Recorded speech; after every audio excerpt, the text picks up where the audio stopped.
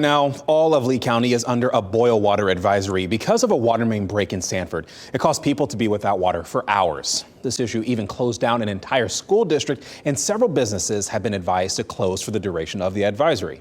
Here's WREL's Destiny Patterson. People stocked up on water bottles, making sure they have safe water to drink. In the beginning, I think they got my water. Others waited for hours to get water back at all, like Jaquan Jackson. I'm going to the food line right now to get me some couple jugs of water so I can take a shower. The city spokesperson says the service disruptions can make the water more prone to bacteria. In a statement, she said in part, quote, water plant personnel will perform sufficient testing of the water to ensure it's safe for human consumption. The city engineer tells WREL that Sanford supplies water to the entire county.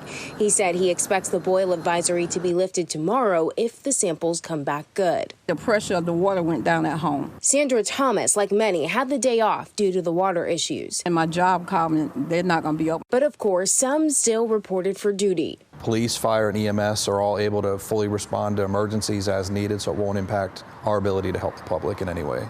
The Lee County Health Department issued an advisory saying, quote, all establishments regulated and inspected by the Department of Health and Human Services without a backup water supply plan are recommended to close immediately if water cannot be boiled prior to establishment usage. Destiny Patterson, WREL News, Lee County.